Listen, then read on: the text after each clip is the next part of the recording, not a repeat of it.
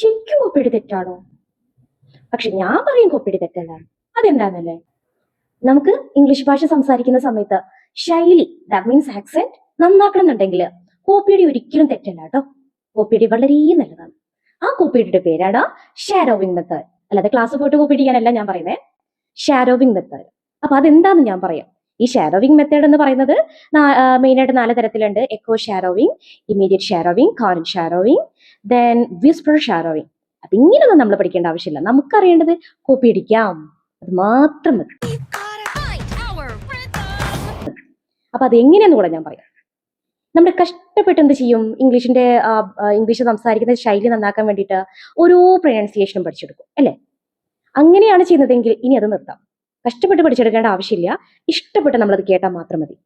ഒരു വീഡിയോ നമ്മൾ ഏത് ആക്സെന്റ് ആണോ നമുക്ക് ഫോളോ ചെയ്യേണ്ടത്, അമേരിക്കൻ ആയിക്കോട്ടെ, ബ്രിട്ടീഷ് ആയിക്കോട്ടെ, ഓസ്ട്രേലിയൻ ആയിക്കോട്ടെ, ഏതാണോ നമുക്ക് ഫോളോ ചെയ്യേണ്ടത്, ഒരു നേറ്റീവ് സ്പീക്കറുടെ വീഡിയോ നമ്മൾ എടുത്തിട്ട് നമ്മളത് കേൾക്കാം, നിങ്ങളുടെ ഇഷ്ടം. ഓരോ വേർഡായിട്ട് നമ്മളത് അതിന്റെ കൂടെ പറഞ്ഞു നോക്കുക. അതാണ് കോപ്പിയടി. അവര് പറയുന്നു, നമ്മൾ കൂടെ പറഞ്ഞ് കോപ്പിയടിക്കുന്നു.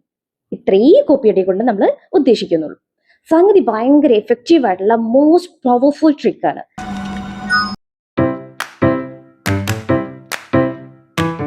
Regina, stop! Do you know what everyone says about you?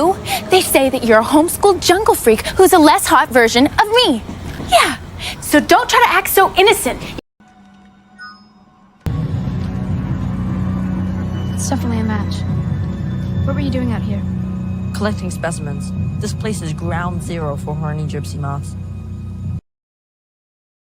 അതുകൊണ്ട് എനിക്കൊന്നേ പറയാനുള്ളൂ, stop studying pronunciation and start copying it.